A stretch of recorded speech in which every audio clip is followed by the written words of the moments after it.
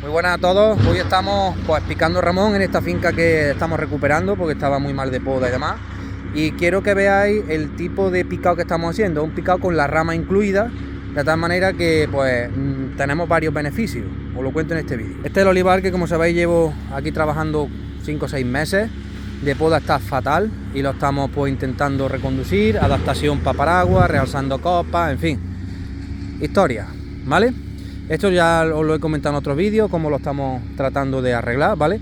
Pero lo importante es que veáis que estamos picando pues con una picadora de un alto valor y de alta calidad, que lo que estamos haciendo básicamente es picar la rama incluyendo la madera.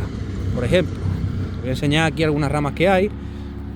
Eso es pues una ramilla fina. Aquí creo que tenemos otra rama más gorda, a ver si... porque algunas de los podadores las han sacado, ¿veis? Ramas completas, todo para adelante. Hay veces que el taco se queda ahí porque para qué lo vamos a picar, luego se lo llevan, ¿veis? Estamos sacando todo lo que es palo y todo eso, va para adelante. Entonces, ¿qué es lo que la ventaja que tiene este sistema? No os fijéis en los olivos porque están feísimos. A ver si este año, cuando pase la primavera, os mando algunos vídeos para que veáis cómo han evolucionado, ¿vale?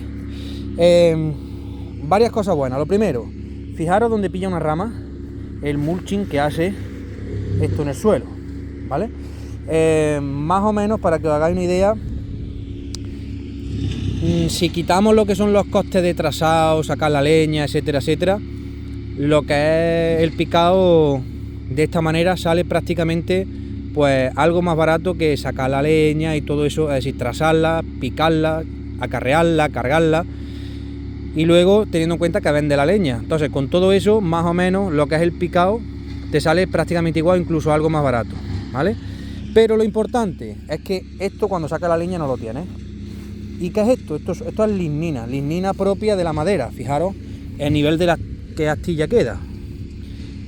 Para que sepáis un poco hasta qué nivel esto es tan importante, la lignina es la principal fuente de humus en el suelo. Entonces, esto lo que nos va a hacer es de mejorador del suelo de una forma increíble. Luego, cuestiones a tener en cuenta a la hora de hacer este tipo de picado. Este es el primer día que lo hacemos, con lo cual nos hemos pues cometido una serie de errores a la hora de acordonar y hacer la leña. Primero, todo este tipo de horquillas, que son duras, no se deben de poner. ¿Por qué? Porque se atranca en el alimentador y no pasa el palo. Ese palo se lo come perfectamente la máquina, de hecho se lo ha comido. Lo único que pasa es que al tener esta horquilla así, no se lo come. ¿Qué es lo que vamos a hacer en las siguientes? Por ejemplo, fijaros qué pedazo de ramaca, pero claro, no se la puedes quitar porque si no te quedas sin nada. En este caso, lo importante siempre es evitar esas horquillas. Cuando viene el podador, que vaya cortándola de tal manera que las horquillas estas que están duras, irselas quitando, de tal manera que la máquina la va cogiendo. Luego, lo importante es que para que la máquina alimente, necesita que tenga ramón. Por ejemplo, ese palo que estáis viendo ahí está con su ramón correspondiente. Entonces el alimentador tira del ramón y después tira del palo. Importante también, lo mismo que cuando acordonamos leña o ramón para picar, hay que ponerlo de forma horizontal, con máquina, digamos, para picado de ramas más finas.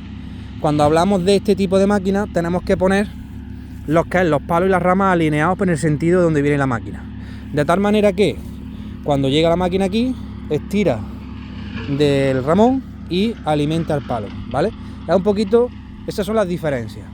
Nosotros, cuando nos comentaron que esta máquina se comía toda la madera, ¿qué es lo que pensamos? Pues bueno, corto la rama y tal cual la corto, la dejo tirar. Eso tiene un problema porque la máquina se tiene que parar muchísimo porque se la tranca el alimentador. Entonces es más conveniente hacerlo como en forma de palos rectos, ¿vale? Cuando cortemos, que sea en forma de palos rectos. No sé, como si fuera esta rama, si tiene cualquier bifurcación, se la vamos quitando para que no atranque el alimentador, ¿vale? Pues bueno, eso es lo que estamos haciendo aquí.